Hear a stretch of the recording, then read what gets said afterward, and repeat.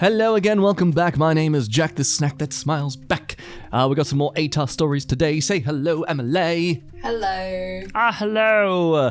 Let's get into it. Am I the a-hole for making all the women in my family leave after they all showed up to my wedding wearing white? I, male 33, have a large family, mostly aunts and female cousins aside from mom, stepsister, and grandmother. I don't know how to say this, but all those women I mentioned above are into teasing and joking. They formed a unit, which I admit is kind of toxic, and they'd tease and roast every new woman that enters the family by marriage by setting up tests to see if they deserve to be part of the family, or roast their looks and styles to the point of breaking confidence and self-esteem down. Then after a few months of teasing, they'd announce that they've finally welcomed them into the family. The newest member would join in on the teasing too, which is crazy, as my dad says. This is just literal textbook horrible. Toxic femininity. Like high school bullying. Yeah. When people say toxic femininity isn't a thing, this is that thing. They tear other women down to bring themselves up. And they're not really achieving anything. If anything, they're just scaring off incredible people for their family members to marry. And it becomes this toxic cycle. I mean, I'm using that word so much right now. Why would you want to marry into that family? Yeah. When I first introduced my then girlfriend, now wife, I made it clear that I didn't want any of the women in the unit to come at her or harass her, not even with a single word. They went behind my back and roasted her looks and jobs, and I discovered they've been doing it on Facebook. I had them apologize one by one after they gave the, "Oh, we're just testing the water to see if she's capable to be part of the family" excuse. That's such a dumb excuse. You just roast each other for fun. It's like the whole hazing thing in colleges. We'll let out all our desires to just beat up and all our stress and energy onto people in a violent or dangerous, damaging way. Oh, but it's just a little bit of fun. It's not fun if it's only one-sided. They didn't want to apologize, but once I said I wouldn't invite any of the unit unless they apologize, including my mom, everyone immediately apologized and brought gifts for my wife. First of them was my stepmom and my sister-in-law. Here we go. The wedding. Oh. My wedding was 2 weeks ago. There was talk about the women in the family wanting to pull a prank on my wife by wearing white and called it the ultimate test to see how my wife would react. That's not a prank. That's just being a straight up asshole. My brother warned me, so I announced that if any one of them showed up in white, I'd have them kicked out, including my mom. They said this wasn't true and they'd never do such a thing. But they showed up to my wedding one by one wearing white dresses, and each and every one of them was told to leave after they tried giving excuses by either making scenes or getting the men involved. The senior women of the unit, who are mum and aunts, also showed up in white but refused to leave. I threatened to take harsher action, and mum was ticked off, telling me to step aside, but I didn't let her in. I had her leave while the men in the family were watching stunned. Dad was on my side and supported me a lot. Thank you, Dad. Yes, that dad ain't gonna get anything for the next few years, but it's gonna be worth it. I don't think he's going to put out anything, not with that woman's attitude. Yes, yeah, I like that thinking. It's not about trying to get it, it's about whether or not you're gonna give it, man. I felt absolutely awful because my wedding was being interrupted by them making scenes. My wife was hurt beyond measure, but the women in the family were ticked off. My cousin blasted me on social media later saying I excluded all the women from the wedding because my wife was so insecure that she couldn't handle another woman's presence at her wedding. What a twist! This is how you give people self-esteem issues. Is their cousin M. Night Shyamalan or something? That is ridiculous. I had an argument with them and Mum berated me, saying it was supposed to be a prank, but I said they were taking it too far. You warned them too. That's the thing, he gave a warning. Nobody's laughing, it's not really a prank, is it? Yeah. I don't think anybody found that fun. Mum said I took it too far by kicking them out because they were trying to get reaction from my wife to see if she was one of those bridezillas and were going to change soon as the prank was over. But I ruined my own and entire wedding by reacting so aggressively. Okay, if you had clothes to change into, why didn't you just change into them after he refused to let you in? They're like, oh, sorry, we'll get changed now. Yeah. He reacted so aggressively. No, he reacted reacted appropriately. He was sticking up for his wife, and you can't just keep being like, it's a prank. It's not a prank. It's not a prank. It's a direct attack. I stopped talking after she said I had to bring my wife and apologize. I haven't seen the lot of them in 2 weeks, and they've excluded me from everything. Good. Doesn't sound like you were missing out.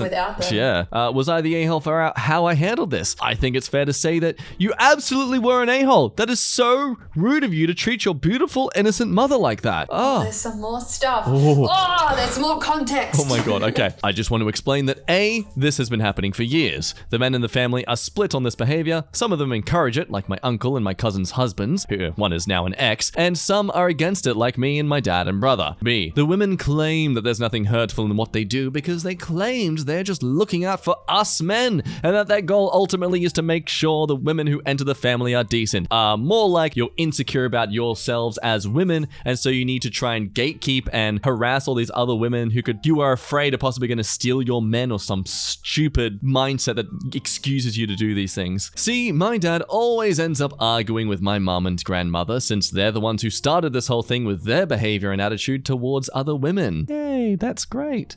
D, and I'm not sure if I should mention this, but my male cousin, who's a middle schooler, said he'd make sure to leave the country before even meeting any woman because of this, and it made me chuckle. Also, that's a smart boy. Yeah. That's a smart boy right there. Also, the dresses they showed up in were simple white dresses, nothing over the top, but still were white dresses. I realized they went ahead with their plans even after I stated what I'd do in that case. And yeah, and that's exactly why you were totally justified in what you did. You gave them the warning, you gave them the notice, they did it anyway. That's their fault. Am I the a-hole? I told my sister I won't come to her wedding because I don't have any dresses that are not white or black. How dare you have only 2 styles of color, you mime. I'm 29-year-old female, have never worn or bought any clothes that aren't white or black ever since I had free will to choose my clothes. Even when my parents bought me clothes that weren't black or white, I put them in a bag under my bed and never wore them, so my parents stopped buying me colored clothes. Even my school uniform was black and white. My wardrobe has always been filled with clothes that are either of those 2 colors. When I wear anything that's not black or white, I feel anxious, panicked, start hiding inside my room and ripping them off my body. People bullied me throughout high school, calling me Bloody Mary, Casper the Ghost, Black Widow, etc. Black Widow's a pretty cool nickname. Yes. I'd take that. I'm curious, it's one thing to just hate the style. It's another that it literally gives you almost panic attacks that you need to rip them off your body. Could be like a form of body dysmorphia, where you think your body doesn't look good in anything other than that. I remember thinking I was fat in high school, and I remember one day seeing an old video footage of me, and you could see my ribs. My half-sister, 27-year-old female's wedding is next week, and she's been begging me to come. We have always been on good terms with each other, thanks to my parents' cordial relationship with each other. However, I don't want to ruin her wedding by going there in black and white. Unfortunately, I also cannot get myself to wear anything other than those 2 colors because I feel so repulsed by myself when I do so. So I told her I'd be present for all her wedding prep, but I just cannot ruin her wedding by wearing those colors. She even said she's okay with me wearing those colors, but I told her she's only saying that because I'm her sister and she shouldn't have to compromise on her wedding for my sake. She's very sad now and my parents are extremely ticked off at me. They said I'm being selfish by not shutting the drama even for one day. Am I the a-hole? I really don't know how to fix this situation. I have a solution. A killer black pantsuit with a low cut v-neck. Ooh. Just like a button up and a push-up bra, you're good to go. Suits can be black. I mean, men wear black suits to weddings. That's what they do. For one, I have to say, she's giving you the excuse. She's giving you permission. There's the issue of it being respectful to the wedding and stuff. Totally out of the way. Yeah, I kind of want to say, AITA, you've literally got all the approval to do this. You're the only one holding yourself back at this point. If you get rid of the white, because obviously white's a big no-no. Yeah. Black, black's not the greatest because apparently you're like wish misfortune on the wedding. But you can still get a nice black dress. But yeah, you've got the permission to go and your sister-in-law really wants you there and you're kind of having a tantrum. It's a bit harsh of a thing to say, but it is kind of the truth. You are really making this more about you than it actually is. Yeah. Really, it's about your sister and her big day, and she wants you to be there for it. It might just be me being rather ignorant about the degree of this mental health problem she's dealing with, but yeah, you really aren't. You don't have a good enough excuse not to go and support her.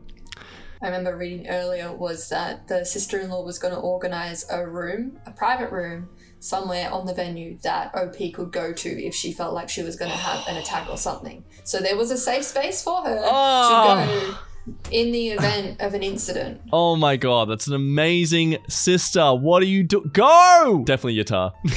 Am I the a-hole for dropping a friend after she became friends with my abusive ex? Trigger warning, of course, mention of some physical, sexual, emotional abuse. So, my ex and I were together for over 2 years. During this time, he abused me in every form. I mean sexually, physically, verbally, etc. I finally got out of the relationship last spring. Now, a really good friend of mine, we'll call her Katie, was very supportive of me. Katie was always there when I needed a shoulder to cry on. I ranted to her about everything. There were nights she spent holding me as I cried about what he had done to me. She knew the ins and outs of my relationship in full detail. Fast forward to a couple of months ago, she and my ex's now girlfriend became friends, and that's perfectly fine. Except now, she's also friends with my ex. Katie, my ex, his girlfriend, and the rest of their friend group are always hanging out together. Yesterday, she made an appreciation post for them and said she was so glad she met such great people. Now today, she asked me to hang out with them. I told her no, because why would I want to hang out with my abusive ex and his new girlfriend? She said she understood that and said I could still come and just hang out with her and ignore them. I told her no, and that I was actually really hurt that she had befriended my ex, knowing firsthand everything he did to me. She told me that I was being dramatic. I then explained to Katie that I can't control who she can and can't be friends with, but I can control who I'm friends with, and I refuse to be friends with someone who not only hangs out with my ex, but does it despite knowing the things he did to me. She then cussed me out and told me I was a horrible person. I blocked her, and she's now posting about me and how immature and controlling I am. Am I the a-hole for not wanting to be friends with her? No. I'm gonna say no as well. Put yourself first. At first, I was thinking the whole case of like, okay, yeah, it depends on the degree of the abuse you dealt with and stuff. For some people, it can be considered heavy abuse if all you did was have a shouting match together, that kind of thing. It sounds like, based on the story, that it was some pretty heavy stuff. Not exactly things that you can make the excuse of, oh, well, you guys were younger then and still how to be mature and respectful in a relationship, blah, blah, blah. So I wouldn't really go there and say that, is fair to say. I think your friend is absolutely an a-hole here to not respect your decision when she wants you to respect hers. And in what world would it be normal for someone to go and hang out on a friendly basis with their abusive ex and their new girlfriend?